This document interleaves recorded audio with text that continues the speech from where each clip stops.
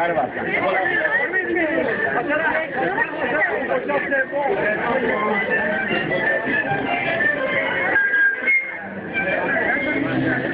نرکو بالا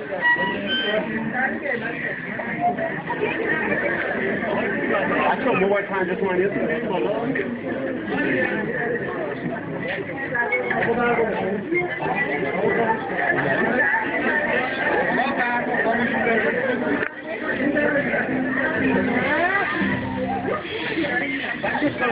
آرچه ندید چه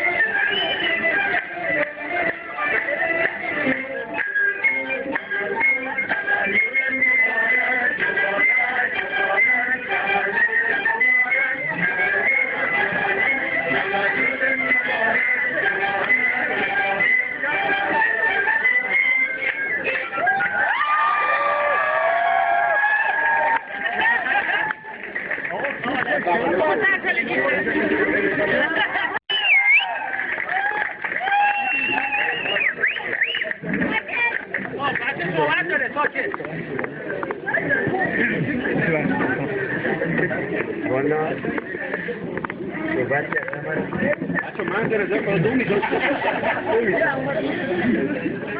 نمیدونم اصلا چجوری ازتون تشکر کنم. یعنی اینقدر خاطر خوبی بر من گذاشتین، همین تمرین ها با شما و همین که این دفتر رو با هم تونستیم برنامه رو روی صحنه ببریم، بهترین خاطره رو بر من گذاشته و اینم که دیگه اصلا نمیدونم چی بگم. چقدر از همه‌تون ممنونم واقعا. من چندین بار توی این سفرام شده که تو خارج از محلی که زندگی میکنم تولدم بوده و داشتم رهبری میکردم. یادمه که یه بارم همینطوری کیک درست کردن یه جایی یکی از این کشورها و آوردن روی سن و گفتن مثلا هپی برثدی و این حرفا. ولی اصلا این یه چیزی برای من شد، یه خاطره شد امشب که من فکر میکنم هیچ وقت از یادم نره و همش هم ممنون شما همه هستم. همین بودن شما با شماها برای من بهترین واقعا تولدی بود که این چند سال داشتم. از همه‌تون خیلی ممنونم.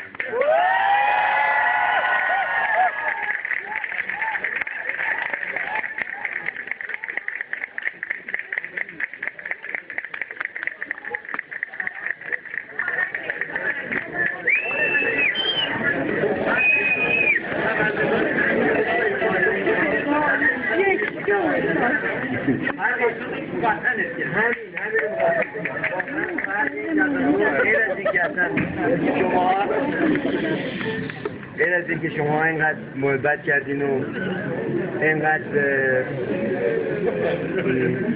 واقعا زحمت کشیدین، به خصوص که توی کشور خودم این اولین تولدیه که بعد از 35 سال من توی اینجا دارم.